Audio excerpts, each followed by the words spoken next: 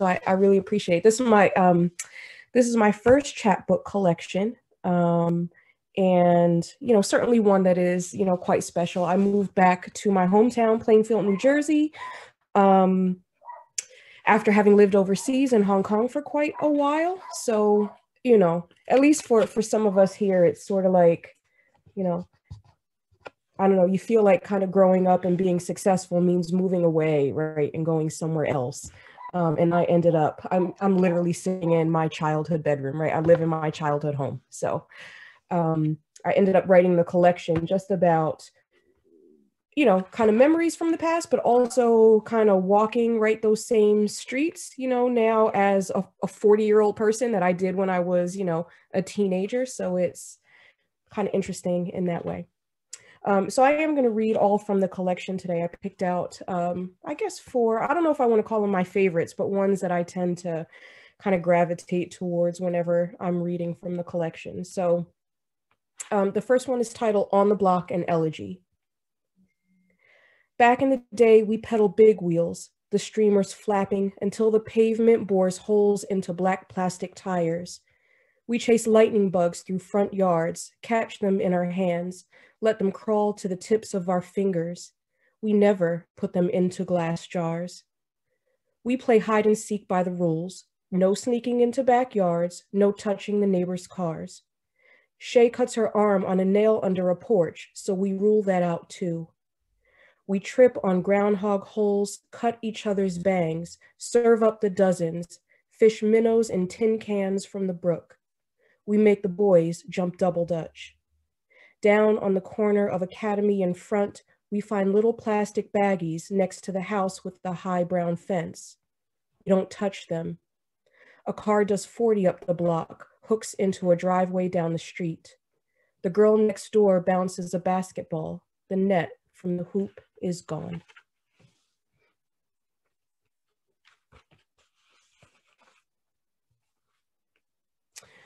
And the next piece that I'm going to read is about, a little boy who used to live next door to me, who has, since his family has since moved away. But it was interesting. He was the kid on the block.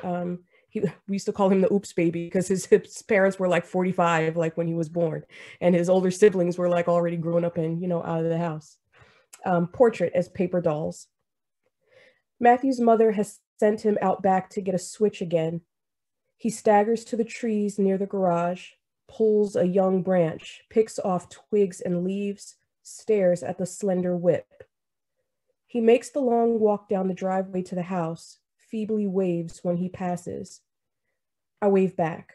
I go inside. If I can't hear him scream, does his whipping exist? I play with paper dolls, fold the tabs of two-dimensional dresses over flat bodies. Imagine the quiet. I don't see Matthew for the rest of the day or the next. Through an open window, I hear his mother banging pots on the stove. Matthew brings out the garbage, refuses a game of kickball that we play until the streetlights shine.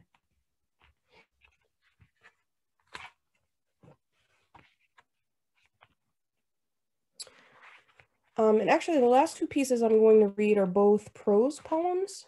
I don't know why. Sometimes I like to. I don't know. I like to do prose poems sometimes. Sometimes it feels better.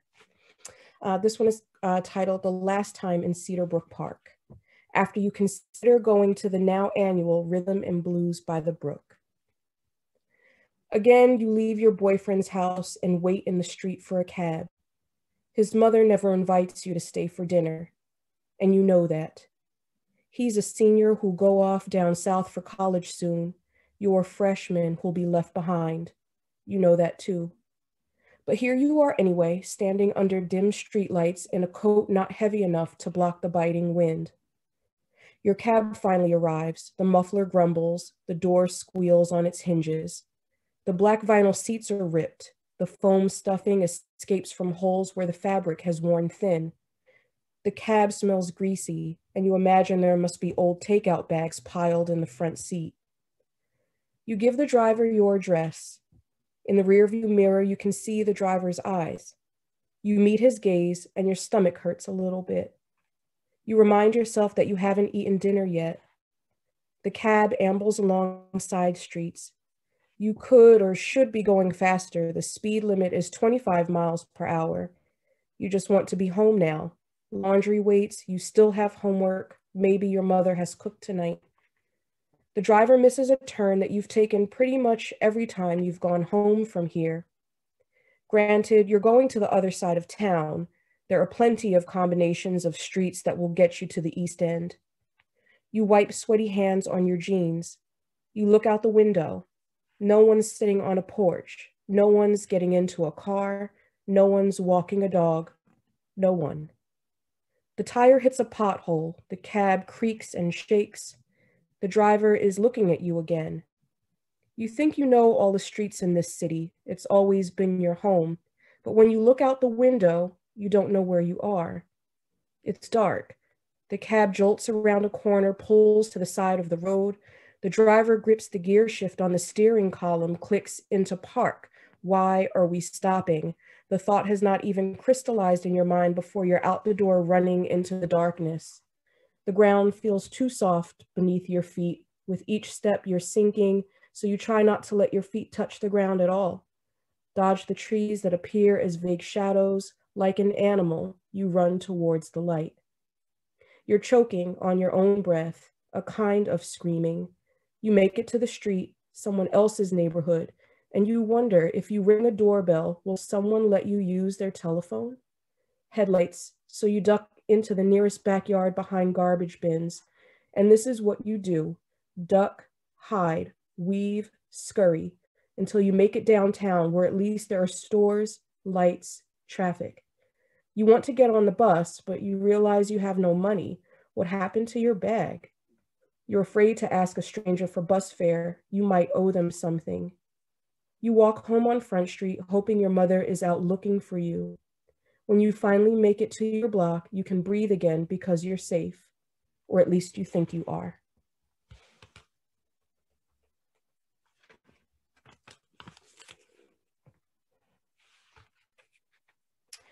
And the last one that I will read today is called Every Small Kindness.